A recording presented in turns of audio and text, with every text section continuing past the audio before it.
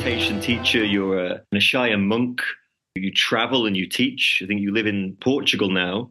So there's lots to explore, but how do you get to where you are now? You know, as a child, were you drawn to spirituality?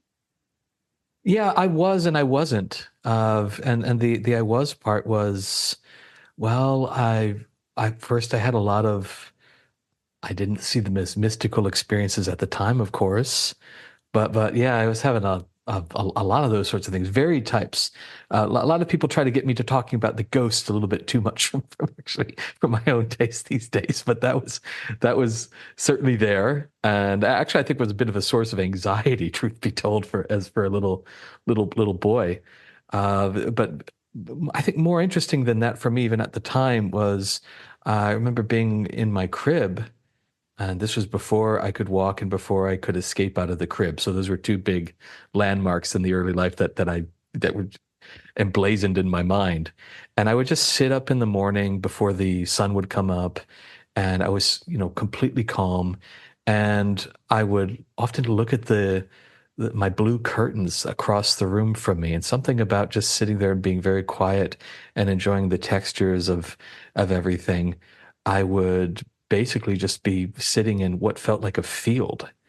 And I was conscious of this at the time. I felt myself in the curtains. I felt myself in my body. I felt myself in the thing I was sitting on. I felt myself in this kind of thing that was everywhere.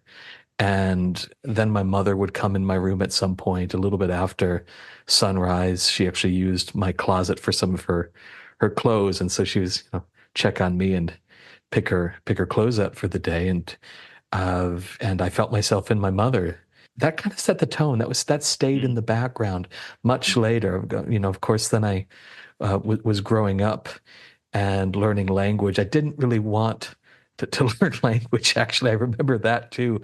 I remember actually experiencing words as just a bunch of sounds strung together and kind of looking up at the adults. And at a certain point, I started to get a little bit confused because the sounds didn't seem to match what I felt underneath them all the time.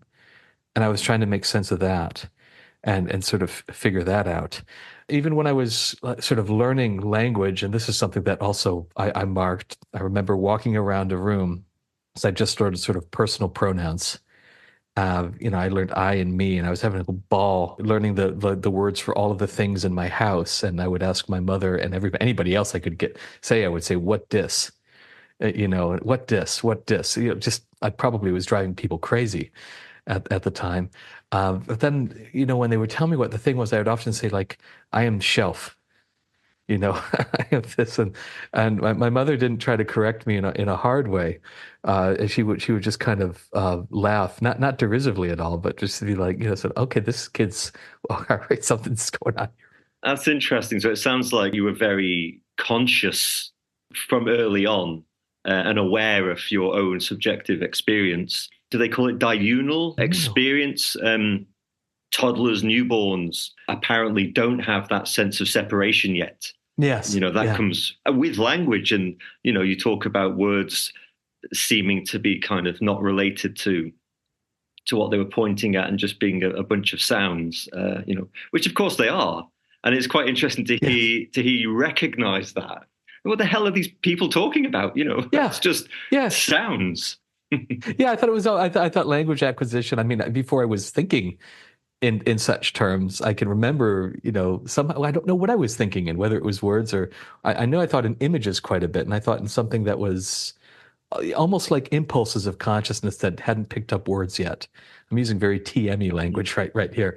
But years later, when people have a lot of spiritual discussions and they say like, language acquisition is the end of childhood, the childhood innate sense of non-duality. I say, I think that's often, but I beg to differ. It doesn't have to be because, Mm, I was almost playing with words as they were clothing, and there was a wow, sense that's of being the nice. thing underneath the clothing, and that was fun. Of course, I didn't make a big, deal of it because you're just a kid, and enjoying most of the time learning about, what's going on and getting taller.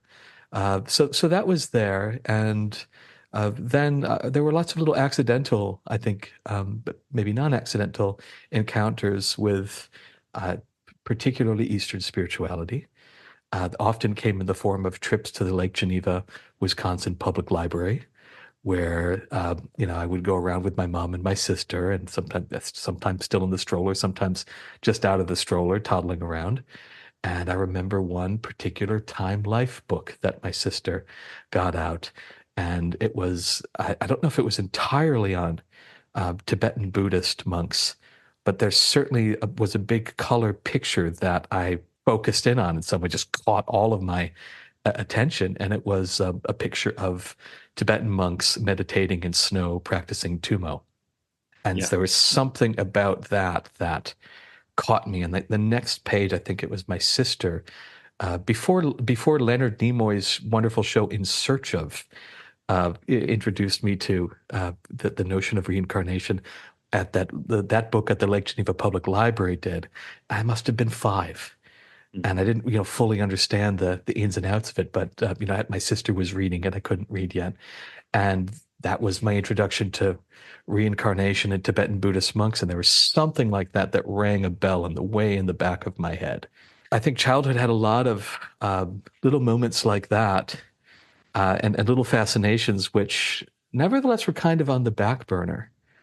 There were much other things that were just catching my attention much more, like especially going to school, having a difficult time socially, and actually being a little bit shocked by uh, the cruelty that young children exhibit towards each other. I was like, what in the world? We're only 6? Where did this come from? And I would be thinking, like, not everybody's getting beat up by their parents here. What's going on? Yes. Uh, those things took that, trying to learn how to get along socially and have an easier time at school and playing sports and doing well in school. That from about 6 until 13 was the front burner, and all these mystical things, while they would still happen, were kind of Mm. like, oh yeah, there's that thing. I got a wake up call, which even at the time felt quite prearranged in a sense. I've got a wake up call in the form of a near death experience in which I lost my mother. And I was at age 13. And that was the fulcrum upon which, the sort of the priorities shifted, and the things that were on the back burner and were, interesting moments, uh, were eventually put on the front burner. I mean, that's amazing. Near death experiences, not everybody has them. So I'd be very interested just to hear a little bit about that. But it does sound interesting, your kind of arc of your experiences from being a child and then encountering that image that you mentioned in the book. And they say an image paints, a picture paints 1,000 words. But there's something I wonder if we asked anybody, what do you remember from childhood? It is the blue curtains. It is the teddy bear. It is the smell or the sound or the image, isn't it? It's not what we were thinking. It's interesting how you obviously saw and related to something in that picture of those Buddhist monks in the snow that informed you of something that was way beyond people bustling around the library or something, or the kids at school squabbling. There's more going on here. And it sounds like you were aware that there's more. There's no conversation about this. No, not so much. I mean, a little bit in my family. I had very, I did have like very open-minded, though very, very much rational, both of them, but not overly so, parents who had wide interests. And so every now and then something would channel through them. I had a very, very bright sister as well, 6 years older than me. And so I think they were channels for these things, often accidentally. And I had apparently a great grandmother who I never met. She died the year before I was born. I was later on constantly told about her, who was a little bit of a path breaker, genetic in my genetic fold. I mean, she was mystically inclined, for better or for worse, I have to say, maybe. Back in the 40s, and she was part of the Saint Germain cult. Oh yeah. Not to be insulting with the use of the word cult here, actually, but that was her thing.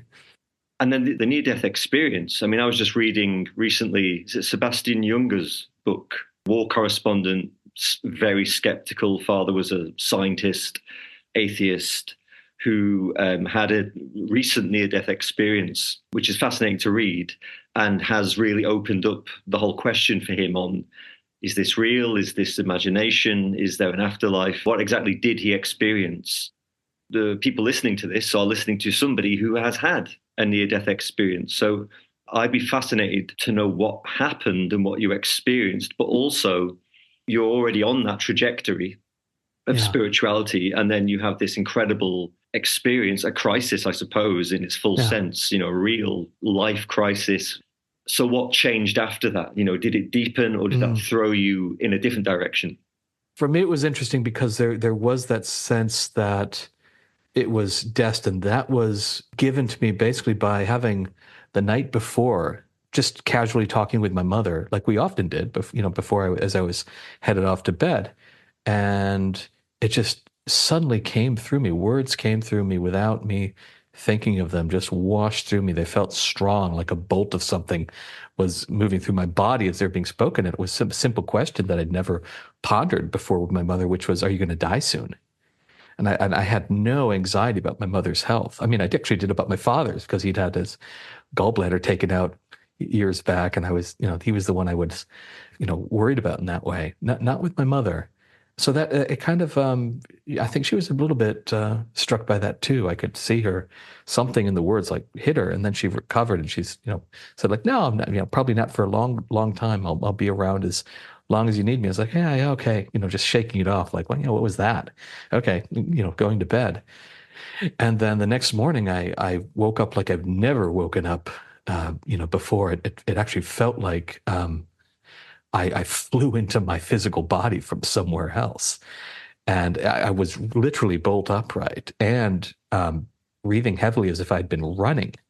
And it was at that exact moment that they were right out. My parents were right outside my door, and I was, I was like, "There's something I have to tell you," panting like that, but I couldn't remember the message. I was so upset about not being able to remember the thing that apparently I arrived with. And they had to calm me down for about 5 minutes. And I was just like, whoa. And then I went off to school, second to the last day of school. Usually my happiest days at school were, when the year is ending or right before Christmas break.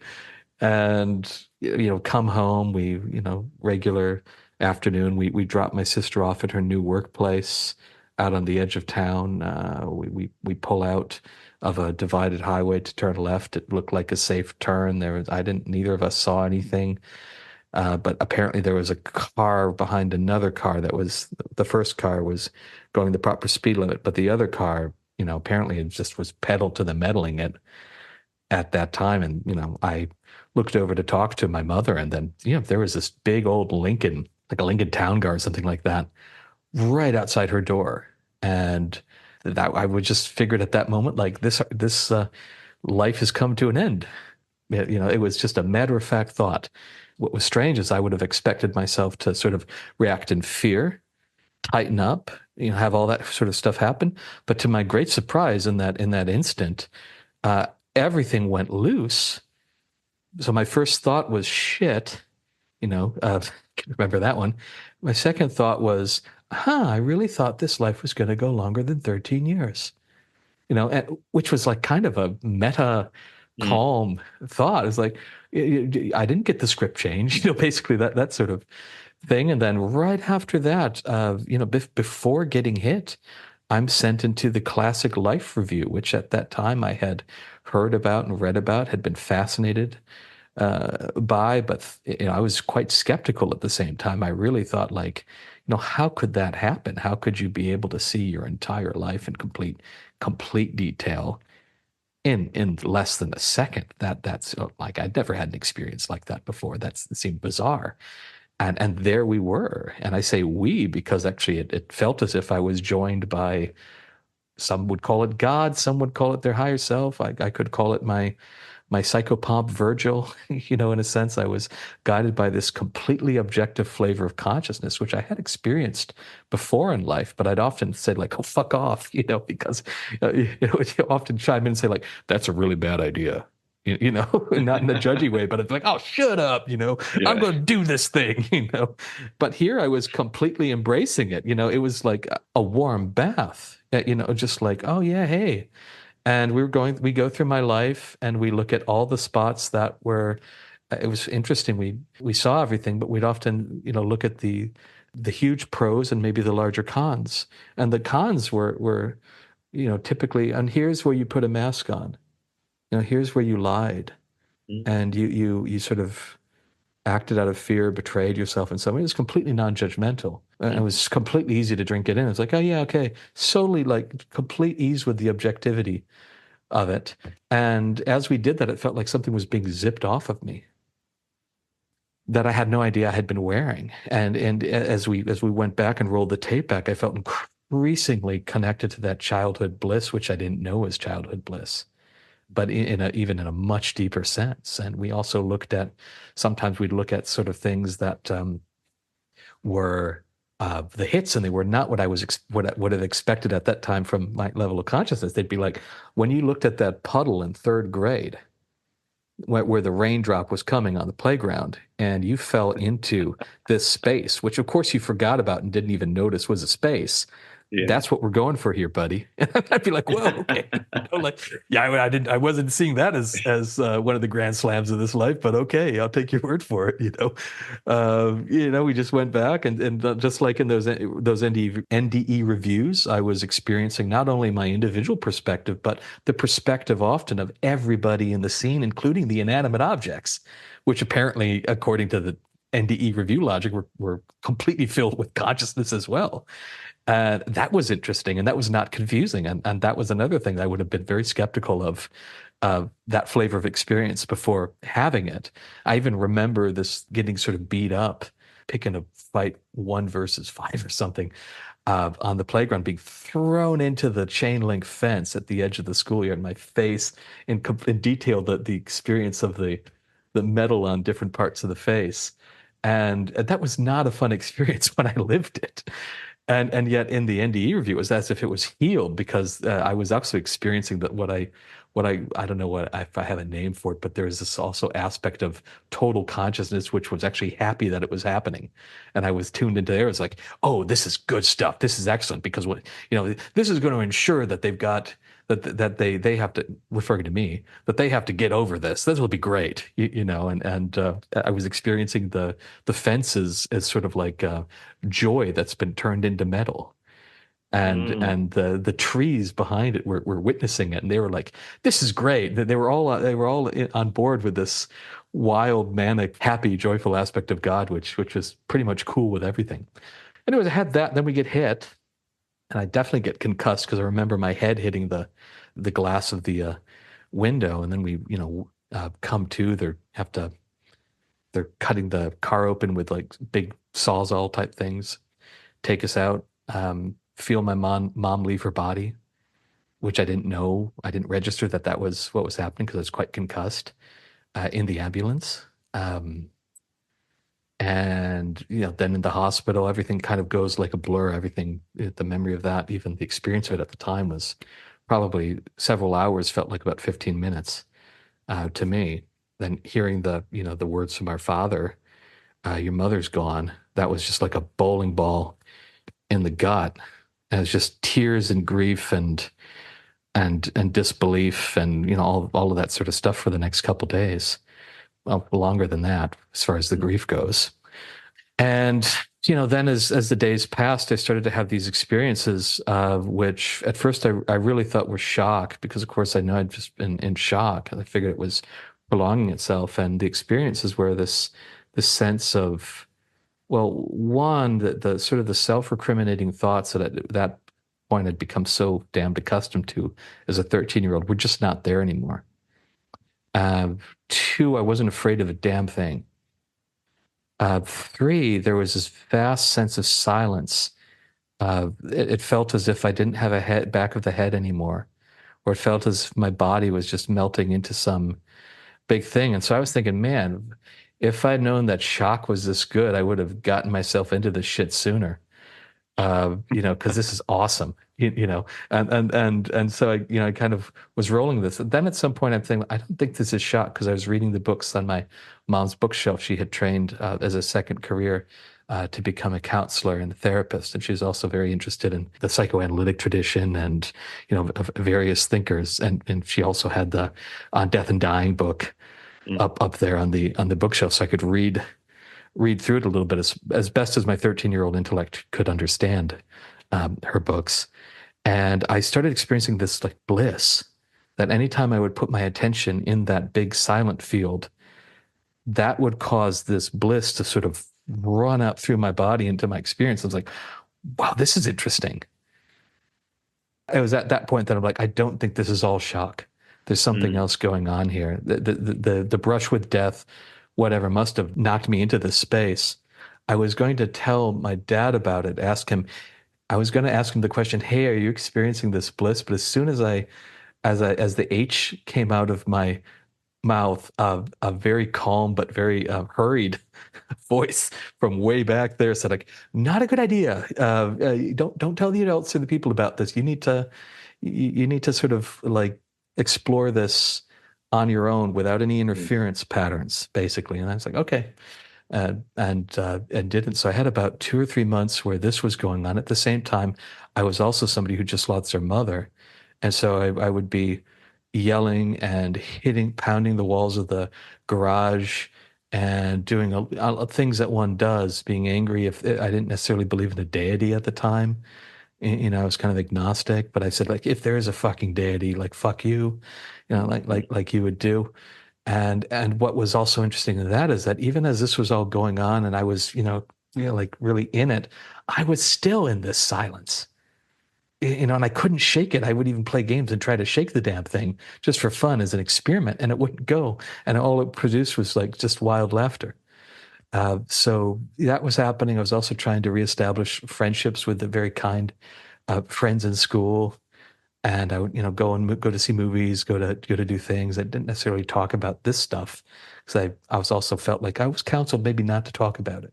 And then, have an interesting summer like that, and then went back to school. And when I went back to school, the silence kind of faded away. I think there was something in me that also there were a couple people I did talk to. They noticed some difference in me. They were older, and they were saying like, how do I get to that?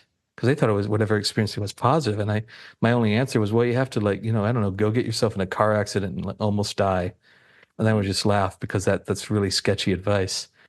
And there was something in me that thought that actually from the back thought, I think I'm meant to find a healthier way than getting close to dying to get to this space.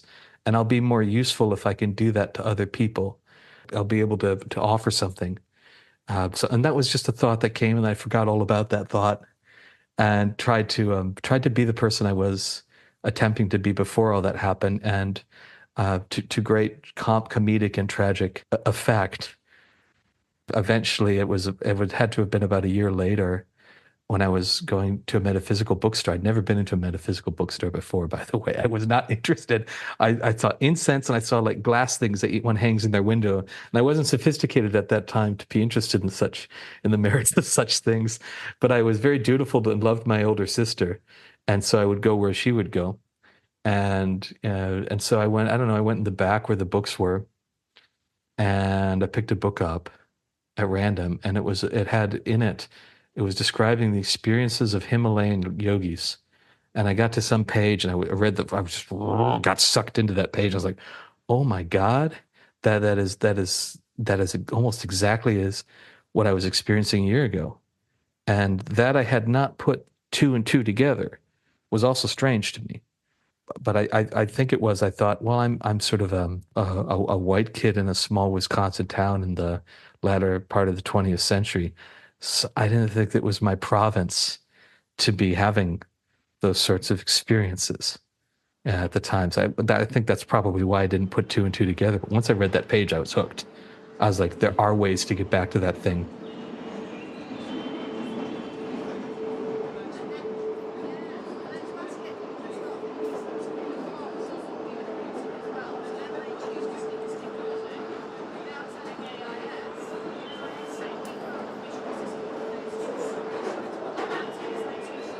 Amazing, incredible story, moving story, but it also makes me think and wonder. And I know there's a lot of research on this about people, that have no concept of something bigger or vaster within themselves, Mm. who maybe go to war, or they maybe have an accident or something traumatic Mm. happens, often life-threatening, and there's the opening, Yeah. even as they're passing away, there's the Yeah. opening. And again, just in our culture, there is such a thing as a good death, Yes. where as people are passing away, there are reports of them saying that they're completely at peace and there's a sense of space and quietness. And, that's just there. And however we Yeah. contact it is how we contact it. And you mentioned masks as well earlier, and having to go back into the kind of school system. But that's how, if we all hung out in the vast silence, it would be quite one dimensional, Oh, so boring. So boring. It's all Yeah, vanilla, one it's flavor. all vanilla. So, the mask, I think, is purposeful, isn't it? It has Yes. it's part of it all. It's the kind of purposefully forgetting how Yeah. vast and silent everything is, just so we can do something. Right, right. Well, I mean, and there I differentiate. There's the natural mask, or the mask that you have to do nothing to maintain. Mm, I think we all are kind of snowflakes in a good way. We have our own grain like a piece of wood, and we don't have to do anything to keep that up. But of course, the masks that were problematic were all the ones I sort of erected myself as a form of ham-fisted self-protection and yes. manipulation. And then it's like, oh God, all this extra energy to keep that shit going. Yes. And so it sounds like the bliss for you, was it that either momentarily or maybe longer than that sort of fell away or fell off and you were maskless, as it were?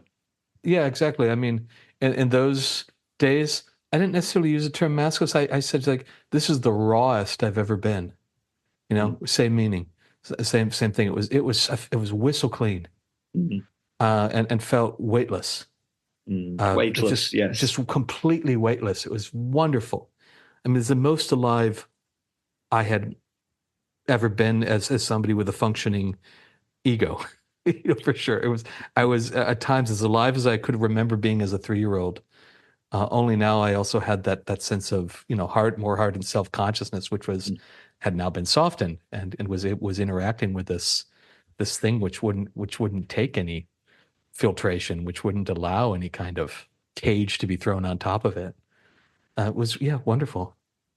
And so, where do you go then? Because you end up in the library again.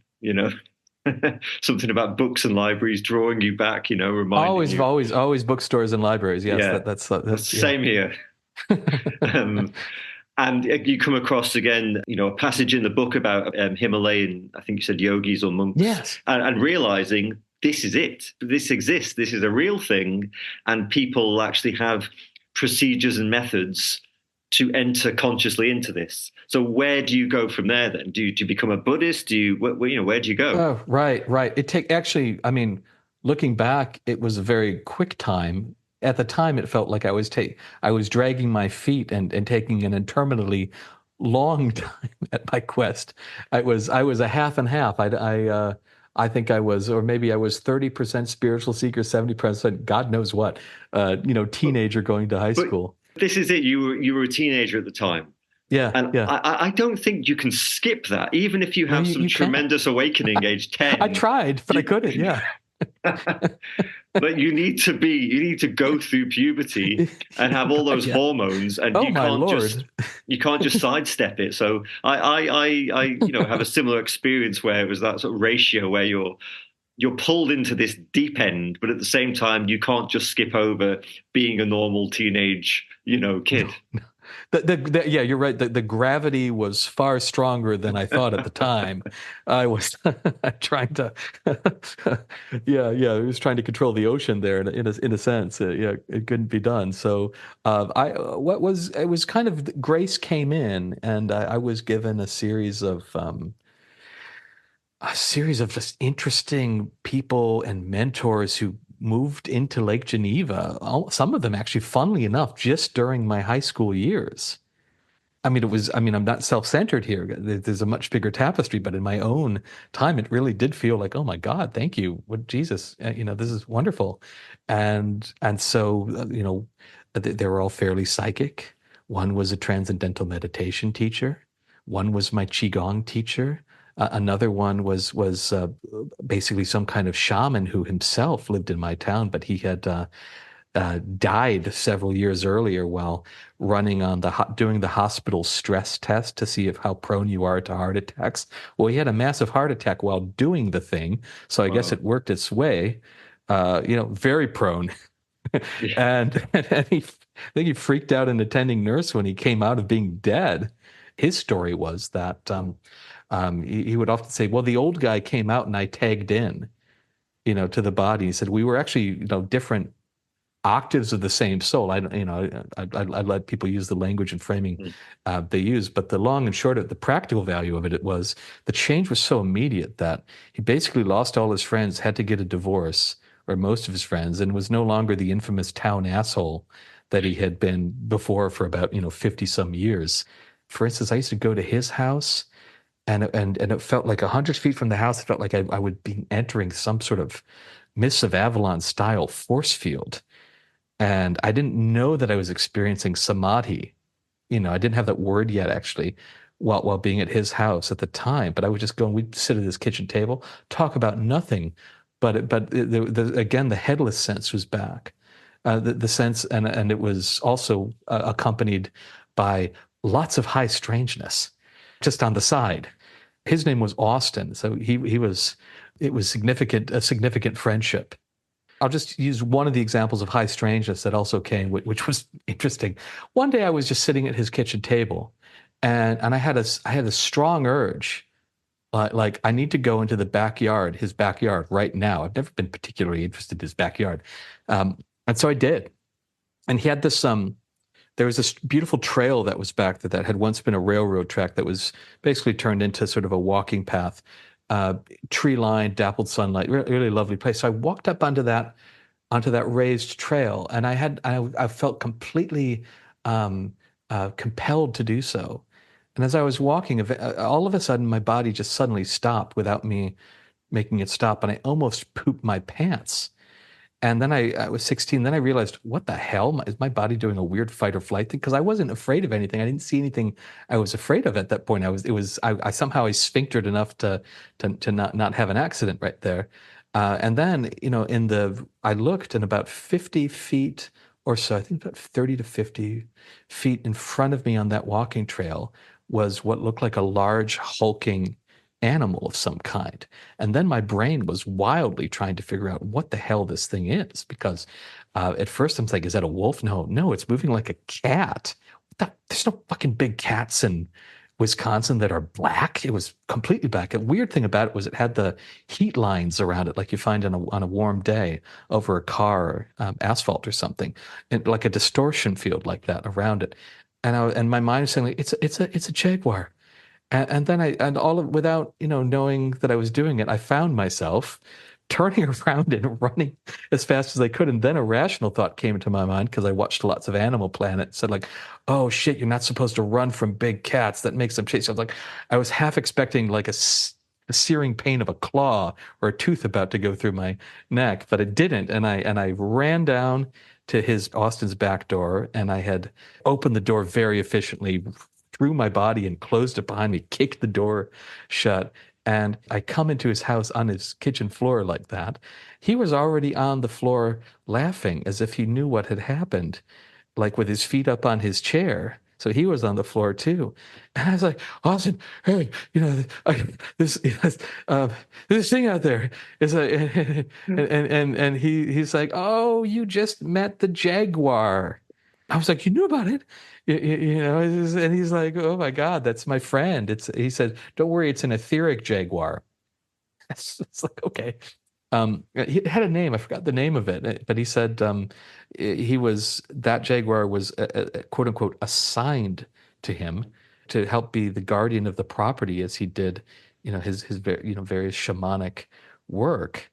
And then he went on to tell me, no, the jaguar is also by showing itself to you. It's a great honor. This jaguar is actually saying that you are part of this work here. You're part of this family, and you're under the umbrella of its protection as well.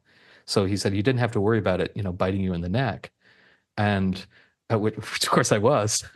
And I was like, okay, well, that's cool. And I was just, like a teenager, like it's fun for teenagers that can be really good at just going with things, And that's basically it was like, all right, so there's an etheric jaguar. It's cool. It's not going to eat me. Okay, there's bullet points in the head. And yeah, that was an example of the high strangeness type things that would happen there. To me, that which was interesting. I was sort of an amateur parapsychologist. That either proved to me because I was trying to find holes in materialist reductionism, which I had ascribed to at some point as a younger child. So either Austin was some sort of magician that put the entire scene into my mind somehow non-locally, or I had been hallucinating the Jaguar, but he could see my hallucination. Or third option was it all was exactly as he said. In any of those possibilities, I was very happy that like, okay, material reductionism, as stated, is wrong. The Qigong teacher, a fellow by the name of Walter Matthew Brown, uh, was an African American Qigong teacher, psychic, in a small Midwestern town. A very strange demographic niche to inhabit. Also, a wonderfully strange man.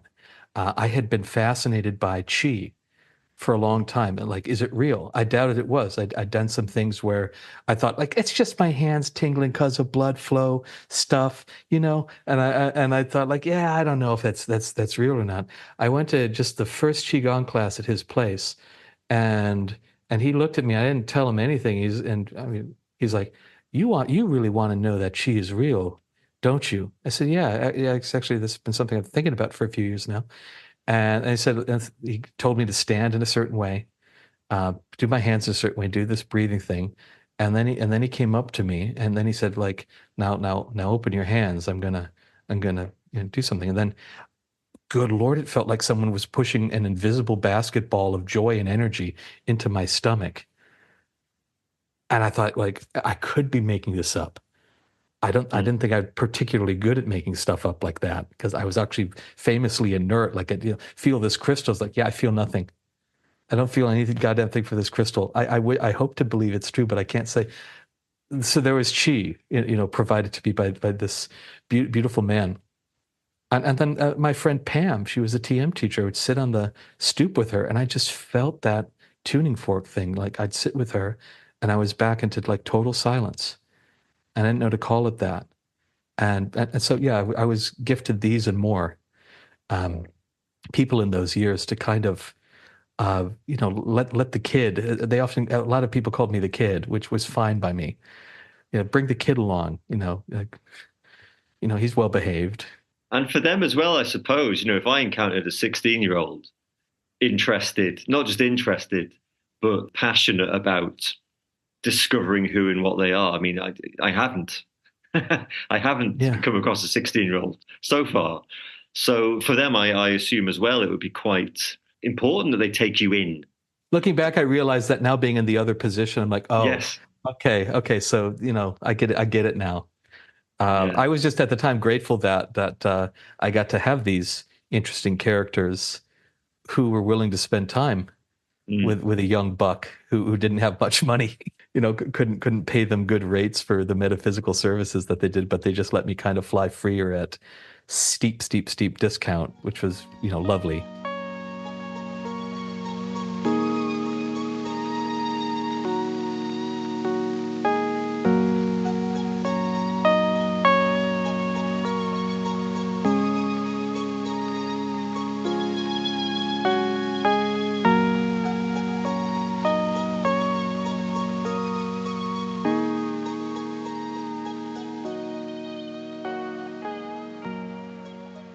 All this time I had the sense that I need to start a regular meditation practice.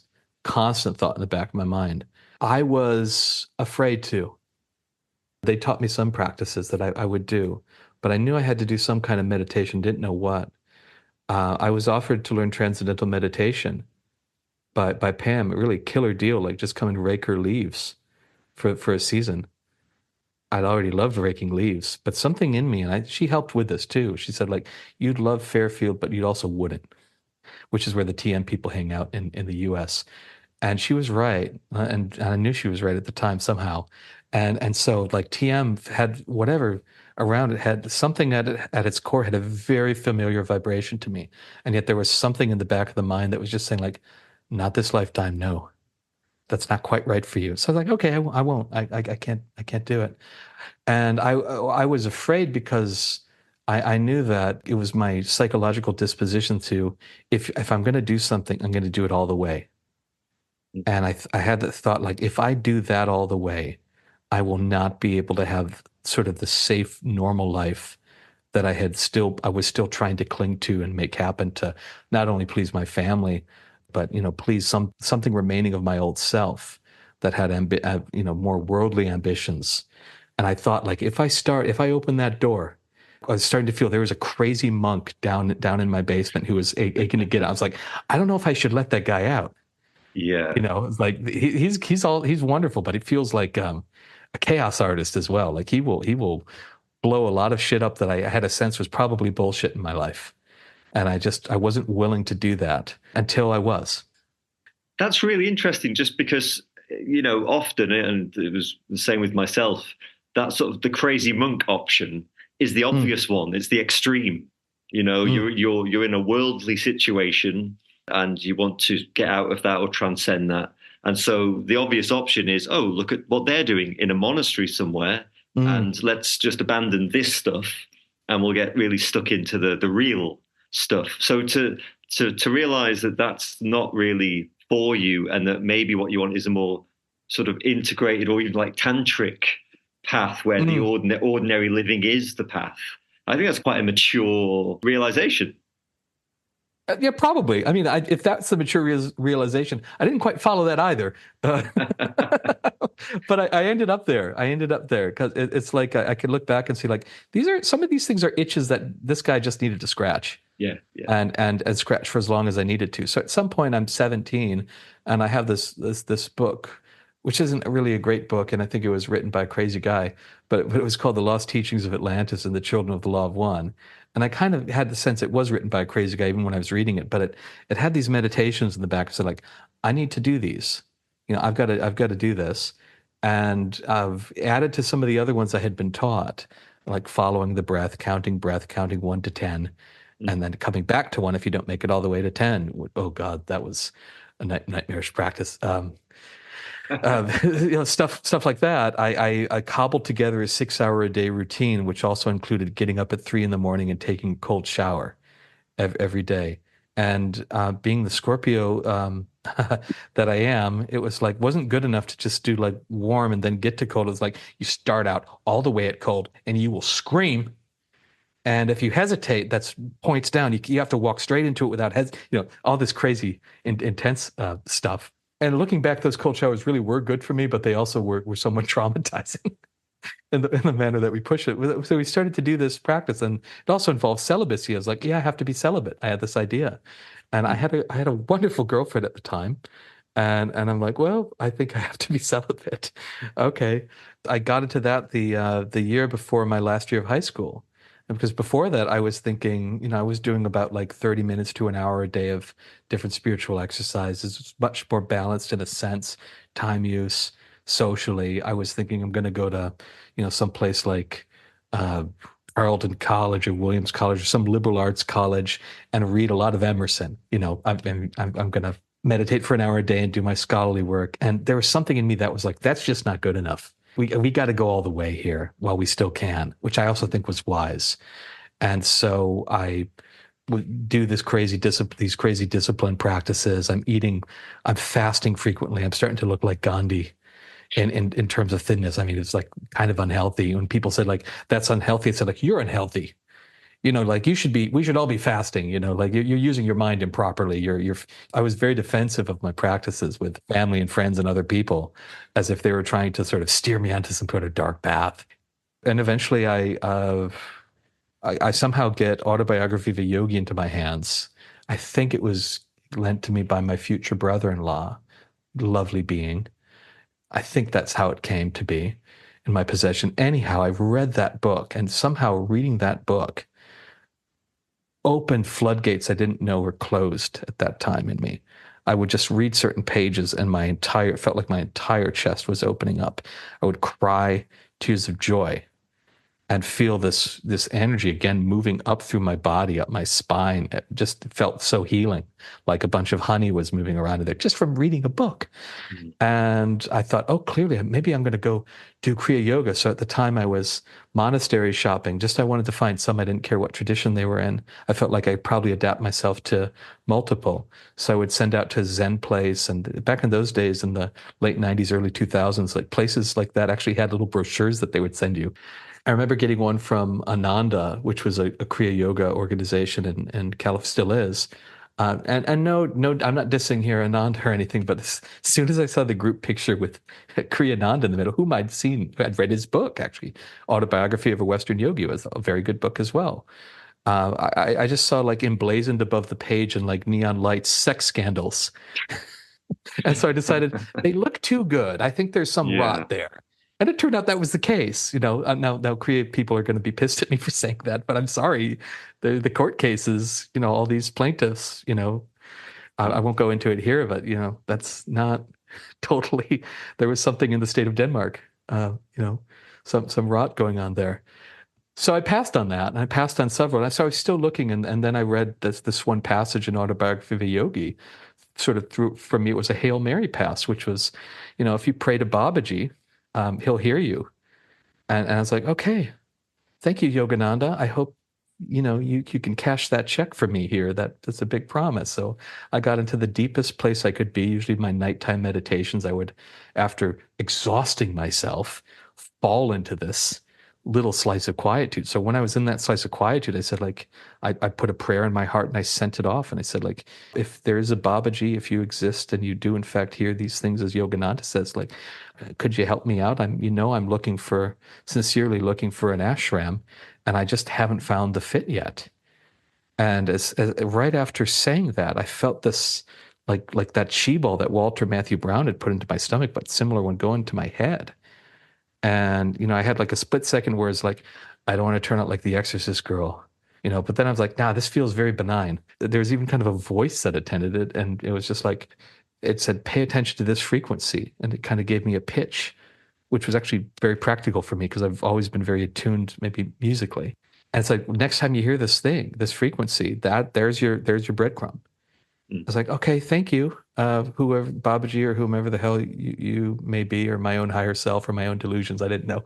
I was just like, if that comes, I'll do that. So about 2 days later, I was coming home uh, uh, from being downtown, coming to my house. My future brother-in-law and sister were on the front steps of our house. And basically, like, as soon as I kind of saw them, I started to hear that pitch faintly. It's like, okay. And I turned and I'm rounding, and my future brother-in-law says, like, hey, we're going to a meditation class this weekend now. Instead, we changed our plans. Some extra money's in my bank account with your name on it. You want to come? Full on was there. And I found myself saying yes. No questions asked, had no idea.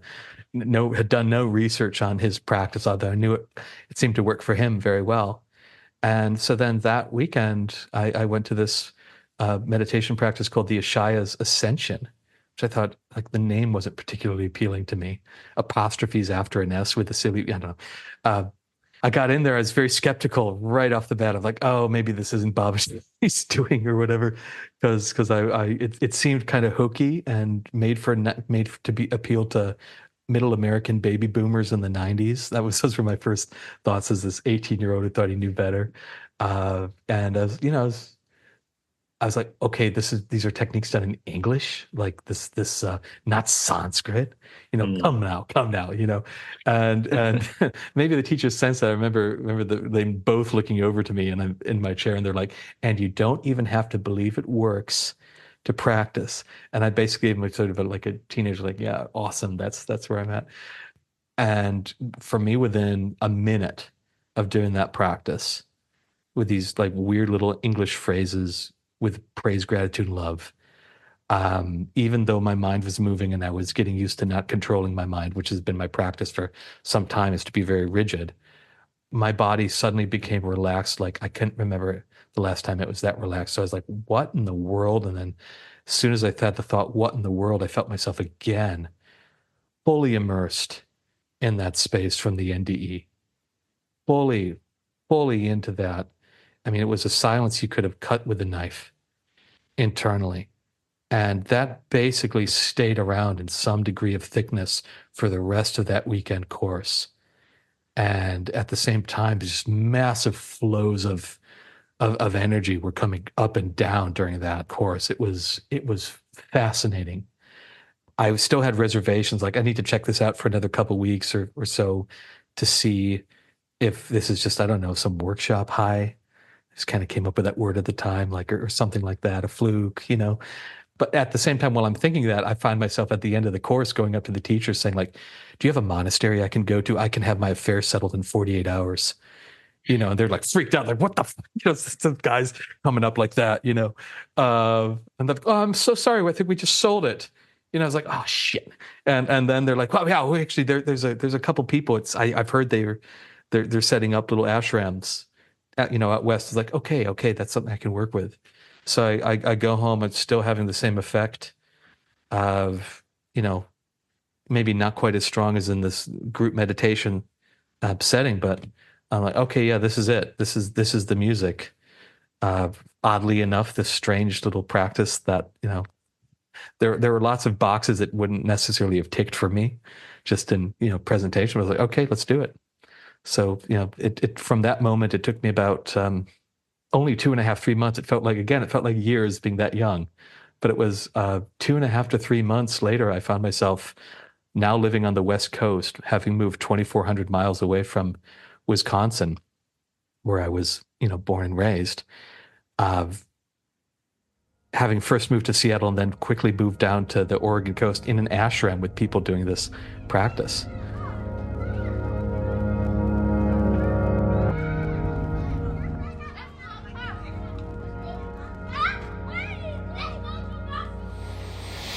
Often in spiritual teaching, certainly in the more non-dual or Advaita or neo-Advaita, the teaching is no self, nobody to do anything, nobody to removing this or de-emphasizing this illusory self that wants to believe it's doing everything, running the ship. But just the innocence of asking or intending that you want to be happy or free or enlightened and asking whoever / whatever for that sounds like what you did, and it put you in a direction. It's something I've done. I mean, from a young child, that was the sort of innocent thought in my mind. And then when I was really struggling and I was really into Sufism in my sort of mid to late 20s, I remember sort of praying to Allah, basically. If you're real, if you exist, then here is my heartfelt intention, and it is to be free. It is to be enlightened. Yeah. And I found that very powerful. So it's great to hear you also share that was something that it's just so natural to ask what you want. Yeah. There's a hotline there. There really is a hotline there. I mean, I doubted that hotline because I think there are many times where it seemed like I was getting crickets. But there were enough times that were powerful enough and immediate enough and uncanny enough that, like, okay. About a year before I found myself in that ashram, when I was just on the cusp of doing 6 hours a day meditation, just starting, I didn't know where my life was wanting to head. And this was actually strange to me. I always had a very clear sense of where I was going. So I was thinking I need to apply for some colleges, which colleges, and I guess I'll be meditating. I was in that space. And I asked the universe, I was walking through like Walmart at night as a teenagers do in a small town. And I just it was in the women's clothing section. I could remember where I was exactly. And I just it came to me to ask the universe, hey, where am I going to be about a year from now? Maybe that'll help me figure this out. And to my great surprise and shock, actually, I had an image almost as if projected about 3 feet in front of me with narration, which sounded like a strange game show host voice. So it was, again, it's weird too. And it was said like, well, funny you ask. And like that. That's what I mean by game show host voice. It's like, in fact, you're going to be working in a mostly vegetarian restaurant with a bunch of monks, many of whom wear all white clothing. You'll start out as the dishwasher, and you'll get trained in all the jobs until you're trained to be a chef. Um, and I saw a very clear picture of what it looked like from inside the kitchen, looking out like a ticket window at a wooden, there's a wooden juice bar behind it and like ferns hanging in. It was very detailed. And then it stopped. And I was like, thanks for asking, and then I was like, well, that's improbable. And I just kind of threw it over my shoulder as if it was food I didn't want to eat and went on with my day. I didn't see that happening. And so then I was interviewing on the phone to come and visit this ashram on the Oregon coast. And the last thing the interviewer said to me was, "Oh, by the way, you might be able to get a job because we're just about to open up a restaurant." I didn't let out my excitement at that or the strangeness of that. For some reason, I was actually being manipulative. I thought like, oh, if I let that out, maybe they'll say no because kids often hide their excitement because they're afraid of getting disappointed. But yeah, that was there. I was like, what? Must have been 5 months later. I was working in the kitchen, having run the exact trajectory of you'll start out as dishwasher and get trained in every job until you apprentice to a chef, and there I was apprenticing, and the same visual from my vision was there. So yeah, I have to tell that story. I do think there's like strange power in Mm. asking, and that is a very user-friendly universe at base that most certainly responds to, I think, to the innocent sort of expression, even Mm. silent expression of our heart. Yeah, so we should all ask more. I think so. Ask and you shall receive.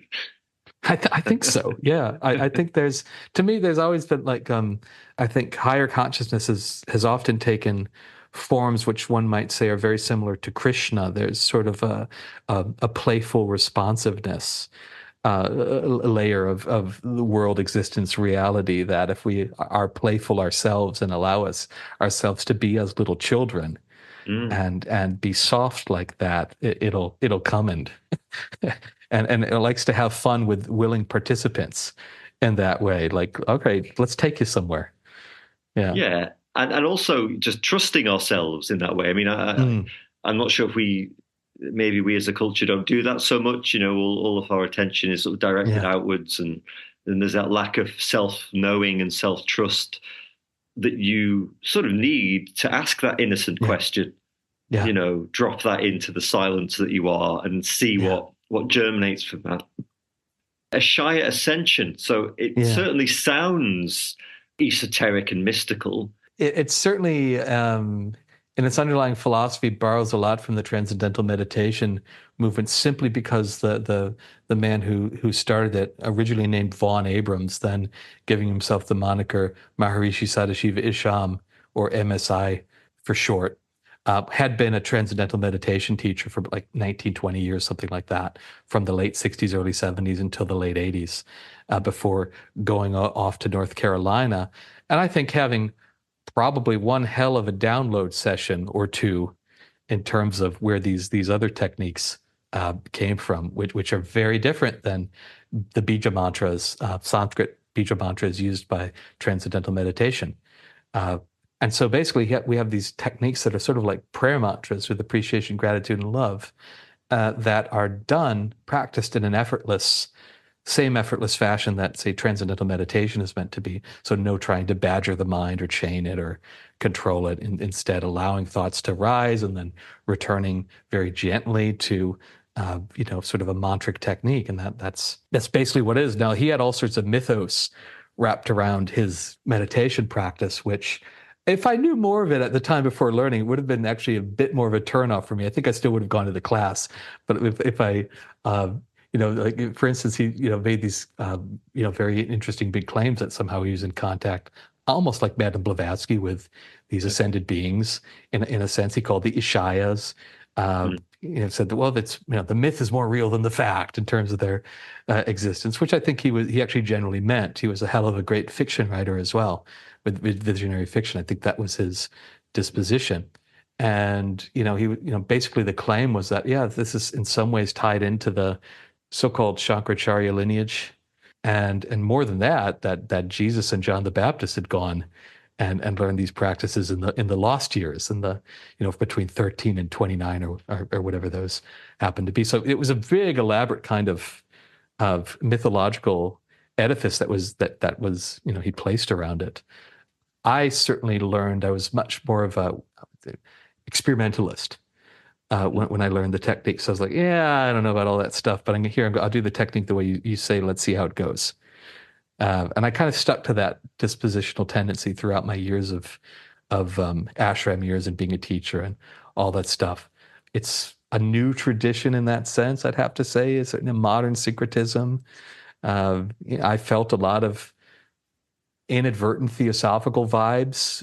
What does that mean? I don't know. Theosophical vibes in terms of what Blavatsky's project, trying, putting a lot of things together, some of which maybe belong together, maybe some of which didn't, in a packaging. I guess if the techniques themselves work, the packaging is you can take it or leave it. Yeah, and some people are attracted. Most people that learned are attracted. Some people are repelled because they like the things a bit more factual or provable. But that was exactly my orientation was Jesus Christ. This damn thing just took me back into the deepest samadhi that I had known from meditation practice. And so, okay, let's go with it. Let's see what happens. Is it a form of with these attitudes, sort of nourishing the mind, pacifying it, nourishing it with these qualities? I think so. I think that gets into it. Although what was nice is that one doesn't have to feel anything in particular. You can do the practice if you're pissed off or depressed or whatever, and you don't have to change your mood or anything like that. But there is that sense, I was buzzing with appreciation, gratitude, and love without even invoking them at all for days after learning this thing. It was crazy. It was like being on a drug. In a sense, I hadn't really done many drugs. I had done pot once before at that time in my life, and had very much more like LSD type experiences from the pot, in terms of being inside the trees and talking to them and having a sense that the lake was made out of geometric light language and all this kind of crazy shit. I was having that on this ascension practice as well. So that was definitely raised my eyebrows to that. And it definitely was feeling my heart being healed immediately. And God, did it need it? And I didn't know how much it needed it. I didn't know how much grief I had left in the tank that was unprocessed simply because I didn't really know, wasn't shown how to process grief very well. And so that, I'd have to say, took about a year and a half of very sort of consistent practice, and some days that were just filled with tears, the whole time, and anger had to come out because I had learned that I needed to repress anger as a child, because I felt I was supposed to be responsible and not and keep a cool head, and the only way I knew to do that was just to stuff it down. And so that so like a lot of this kind of like healing type stuff was happening in the process of doing this practice.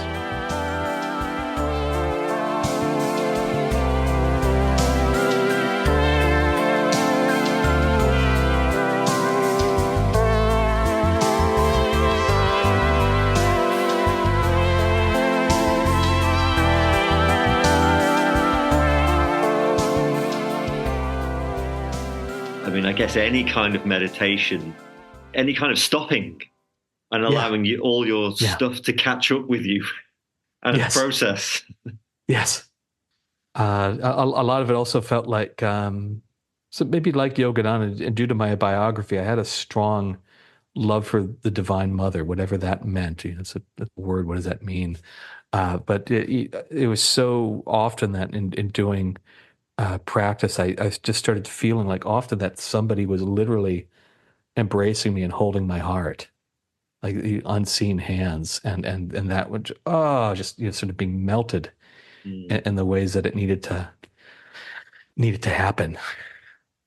And it reminded me earlier again, it's one of these asking things, which is kind of funny. I was 15. I used to like walking out like around midnight or late at night. My dad was asleep. Had a lot of autonomy, which I'm grateful for my dad for letting me have, allowing me to sort of work things out of myself, as long as you don't get in trouble, don't don't get arrested, right?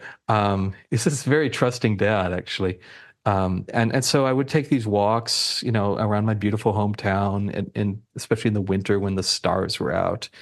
And one night it just came to me that I should to ask. I asked the universe to give me a mother.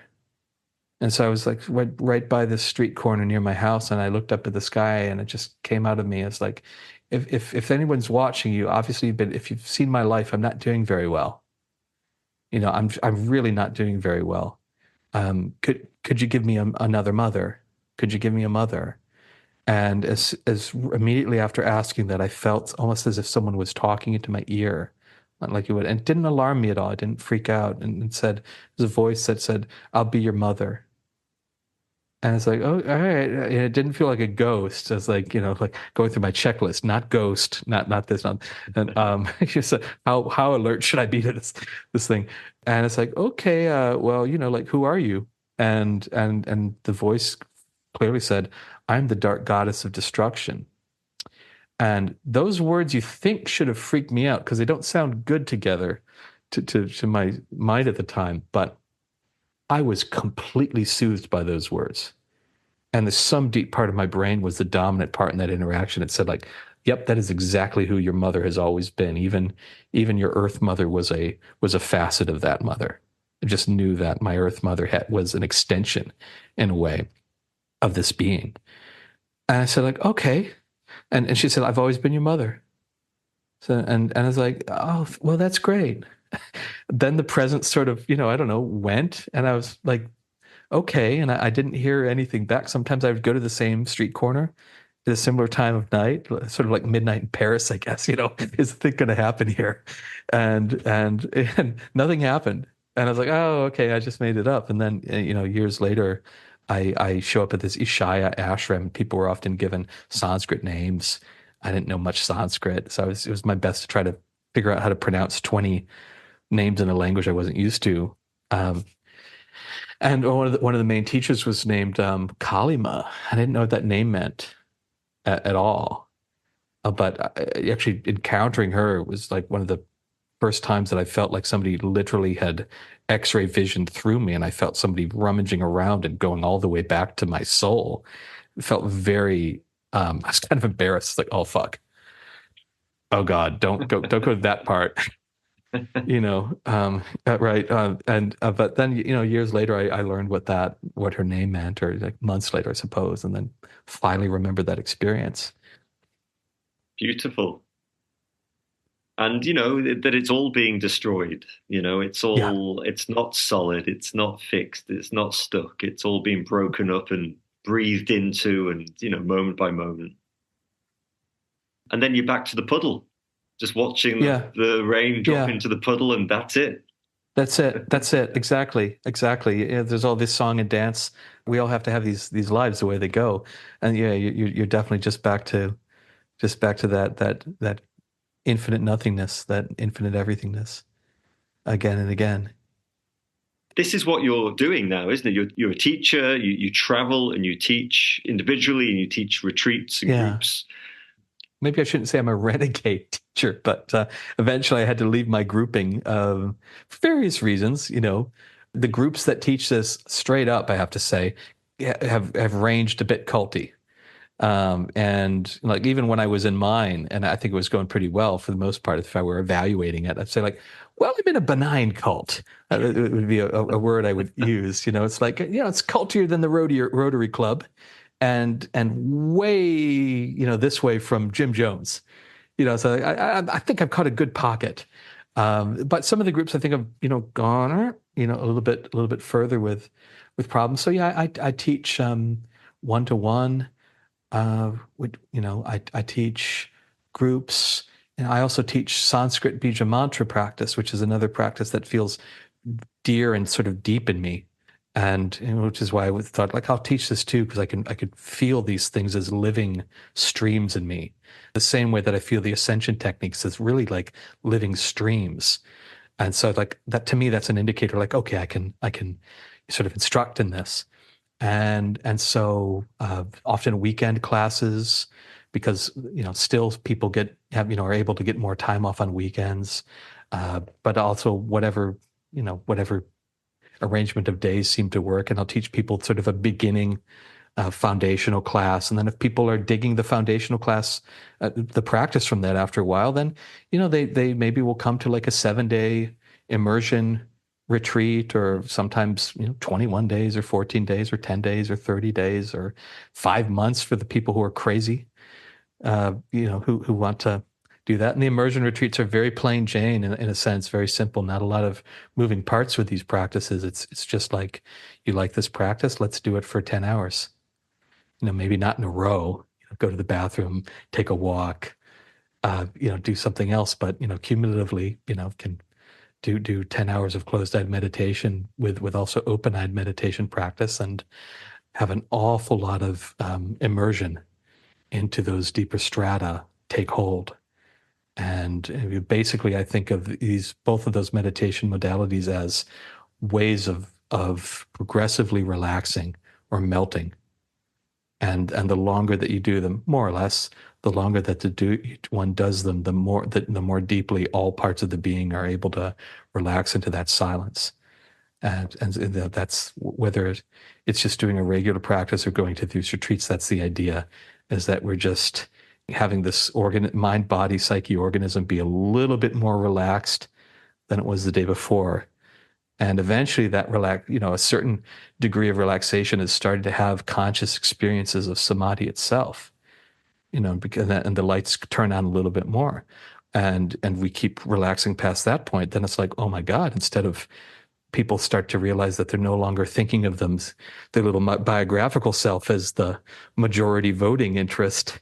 Somehow that voting interest sort of erodes, and then all of a sudden they're like, well, okay, actually, I kind of feel more like the ocean that's living through a wave than the other way around. And as they keep relaxing even further from that, it's like, oh wow, the outside world too. I was thinking that was just like a bunch of stuff, that was disconnected perhaps even from that ocean inside. Now it's like, no, I think the fucking ocean's in that water bottle over there. Good Lord, wait a second, that tree is filled with that oceanic thing. Good God, it's an amusement park, and so that can be part of experience. And if you keep going, relaxing even more, it's like, wait a second, the I who I really am, if is best described as something that's everywhere at once, and sort of the non-locality gets even thicker and integrates in with the ego structure, which should never really be totally killed off, because we need to know not to get run over by a double-decker bus, and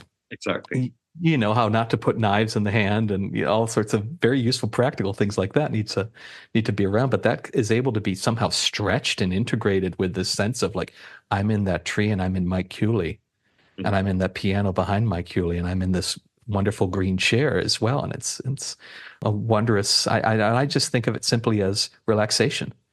yes, But in its most profound sense. I mean, our time's up now, really, Ishtar. It's been wonderful to talk. Before we go, I just have one last question, which is, there's people listening to this, people with a practice, people who are maybe new to practice, people that are struggling or suffering, but what do people need to know? God, you asking that was more like a Zen koan that just shut my language processing centers off.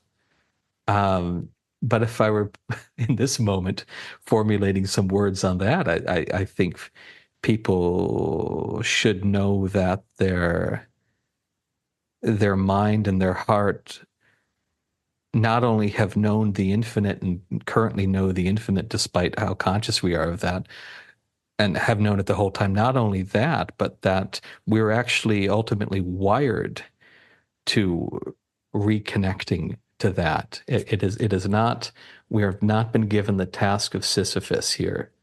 It's really doesn't have to be like that. If we can find the right groove and go with it, we might have some sort of patchy months, even years perhaps, where we're like, I don't know. But if we find the right thing, we'll start to have enough feedback.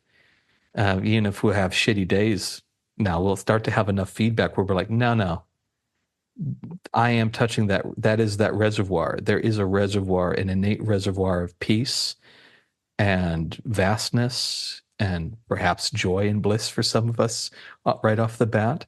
It's real, and it's more real than the hall of mirrors that was constructed in a few short years during childhood after age 6.